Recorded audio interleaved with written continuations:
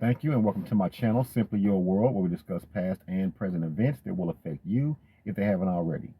I want to talk about something or talk about a topic that nobody's really breached. I've never really heard anybody talking about it. Maybe it's been a thought floating in somebody's head, maybe not, right?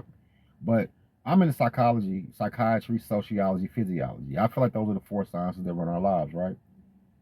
I want to talk about the correlation between the inbreeding of the royal families and the inbreeding that was cast upon the slaves of America, Africa, Brazil, wherever else. We talk about it in America specifically, right?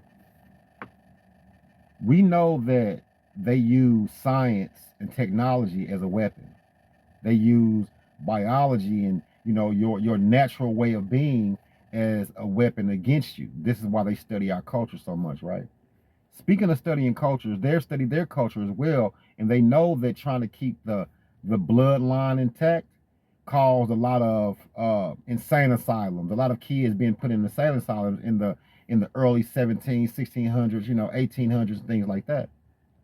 Now, if we look at slavery, I think that personally, a thought of mine was that they used that same thought process or tried to use that same thought process against us, trying to destroy our generations. But on the other hand, for our issue is that we got stronger. Now I guess a few mental issues came about, but mostly when you did inbreeding with us, our men and women got stronger, taller, wider. You know what I'm saying? More smart. Things like that. But on their side, the inbreeding became very, very heinous, and one eye, and this is where you get the elephant man from, and all this bullshit, probably, right? And all these different circus acts that they used to have back in the day come from inbreeding in the families. I truly believe that through just my analysis of things, that they tried to use that same inbreeding against us, but it didn't work. Now they're trying to reverse it and use an outbreeding type situation, right?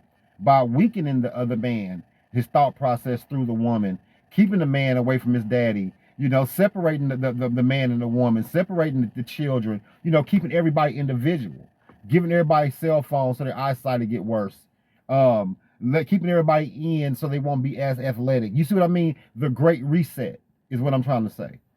They realize that their way of being trying to destroy us only helped us in a lot of ways. Just like the Bible said.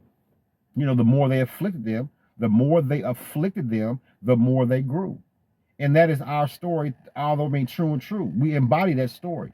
Now there's a reversal of things through psychology, psychiatry, sociology, and physiology, right? Something else I want to touch on real quick as well